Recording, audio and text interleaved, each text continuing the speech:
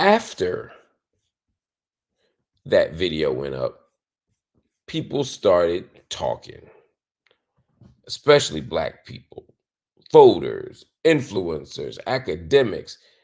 They were not taking that video lightly. They saw someone with their face covered, their voice disguised, talking about giving Kamala Harris a warm welcome in Chicago, and they took it as a threat.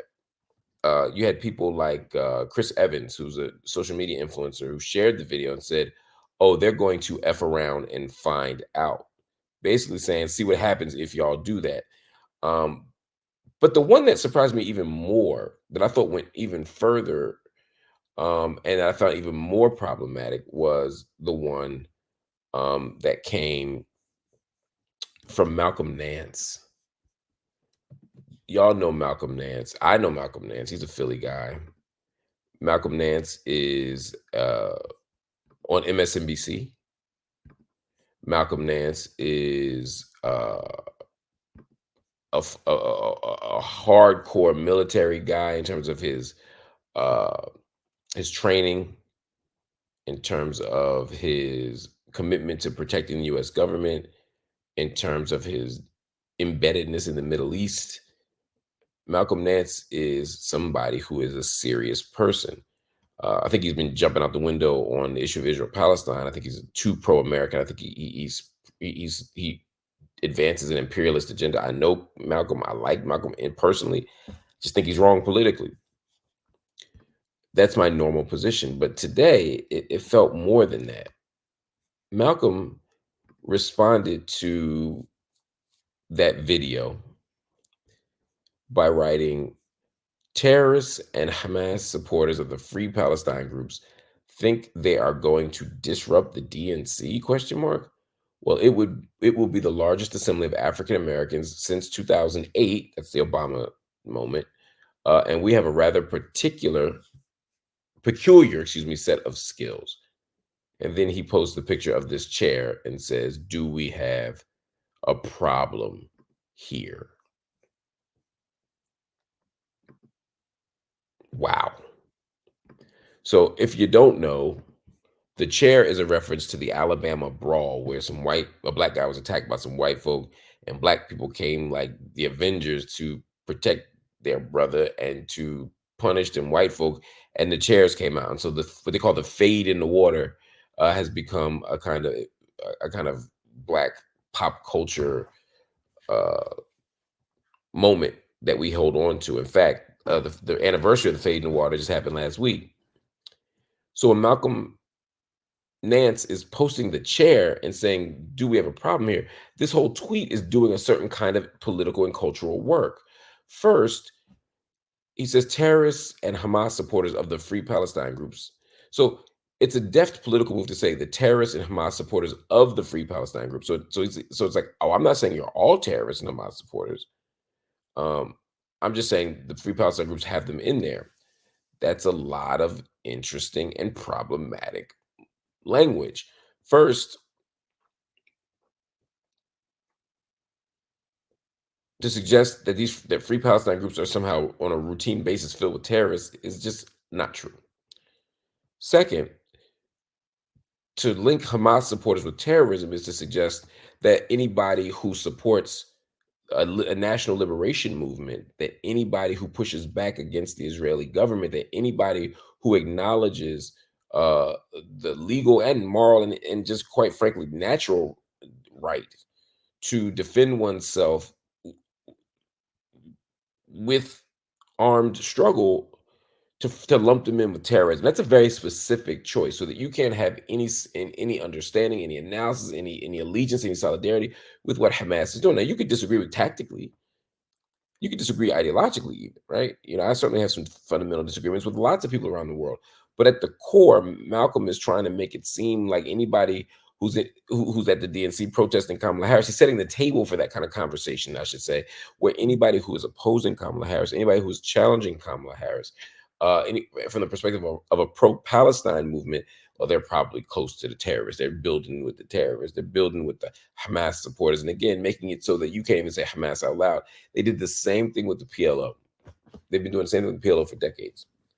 Um, So Malcolm Nance is doing all of that, but there's another thing that he's doing here that I think is more significant for tonight, and that is basically threatening pro-Palestinian protesters by saying, if you come and threaten or even protest, maybe black folk gonna whoop your ass. That's effectively what he's saying. Malcolm Nance is setting the table for a dangerous, very dangerous confrontation. This is scary. This is dangerous. This is problematic. At the core, we have to be on the same team. At the core, we have to recognize our mutual oppression, and that the forces and the institutions and the framework and the modes of capital that create oppression for you also create oppression for me. And the only way we win is if we organize, work in solidarity to defeat our open and common enemy. That's how this thing works. That's how this thing should work. But the problem is, for the last few months, certainly the last month, once Kamala Harris has become the top of the ticket, even more so, there is a huge and deep tension brewing, or being revealed, probably more honestly, between Black people and Palestinian people. And what Malcolm Nance is saying here is is an example of that. First of all, this idea that Kamala Harris should be off limits for critique is problematic. Again, I plan to vote for Kamala Harris. I think voting for Kamala Harris is the best and the correct choice. I do. That doesn't mean that I don't have critiques of her. That does not mean that I don't recognize how this imperial war machine is working. The question just is, how do we resist it, and how pragmatic are we? How principled are we? How strategic are we? How effective are we? We got to consider all of those things and prioritize all of those things simultaneously. And so when Malcolm Nance says that, and then I look on Twitter and people are co-signing it and saying, yeah, yeah, yeah. It's now this moment where some people are under the belief that Black people don't care about genocide. And I'm getting it too. People tell me I don't care about genocide. I don't care about Palestine. What? But the idea here is that if you are voting for Kamala Harris and you don't care about genocide, or that you're amoral or morally indifferent to what's happening there. And so that's making a lot of Black people look like they don't support Palestinians. And then there are Black folk who are saying, wait a minute, y'all, you're asking us to make a certain kind of political choice that, and as a practical matter, may not even make your condition better, right? Trump versus Harris versus Biden in terms of what's happening in Palestine. But the difference here domestically matters. The Supreme Court matters. Reproductive justice matters. Voting rights matters. So we don't have the luxury here of just being abstract or being single issue voters, even as we try to stand in solidarity. But my Palestinian brothers and sisters are saying, yeah, but we're dying. And you are casting a vote for the people who are either killing us or allowing us to be.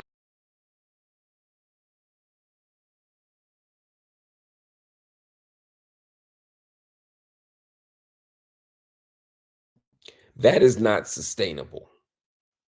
That is not morally sustainable or defensible.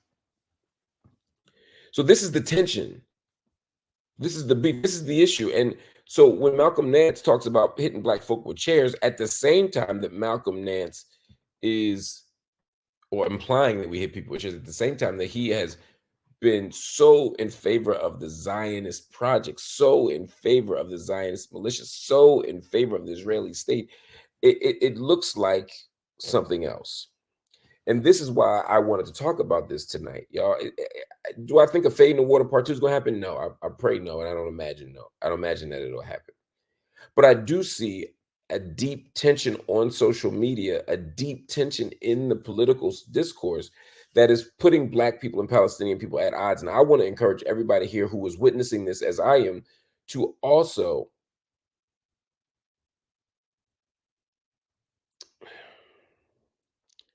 I want you to consider, first of all, why this is happening. Are there agent provocateurs out there that are making this happen? Do we know who made made that video? Do we know who makes um other videos? Uh, do we know who is causing the tension and the beef and the splits between us?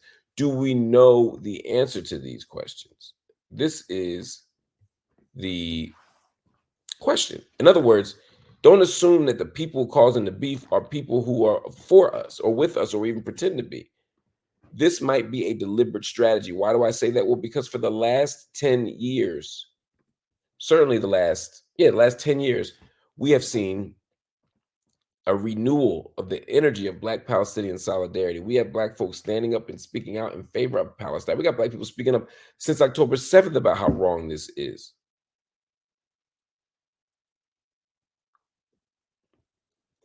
Um, and now suddenly we're at odds. And random people who we don't know are spewing information, spewing disinformation, spewing uh, comments and threats and accusations that are only dividing us further. As oppressed people, we need to organize, align, build, and struggle and resist, in particular, together. But there are moments where our interests don't fully align. There are moments where there are going to be contradictions. There are moments where there are going to be tensions. There are going to be moments where we're going to have to look out for what's best for us, and other people are going to look out what's best for them. We have to accept that uh, as a function of any solidarity project. That has to be it. I'm going to respond to something in a moment, but we have to one. I completely am disgusted. Let me be clear because I don't want to be unclear about this. I am disgusted by Malcolm Nance's comment. He is creating attention as a prominent Black Democrat who's also a war hawk, as many centrist Democrats are. He's setting the conditions for Palestinians to be seen as threats, for them to be seen as terrorists, for them to be seen as violent. He is also setting the table to encourage Black people to make any critique of Kamala Harris be responded to with hostility and maybe even violence or the threat of violence. This cannot be how we move.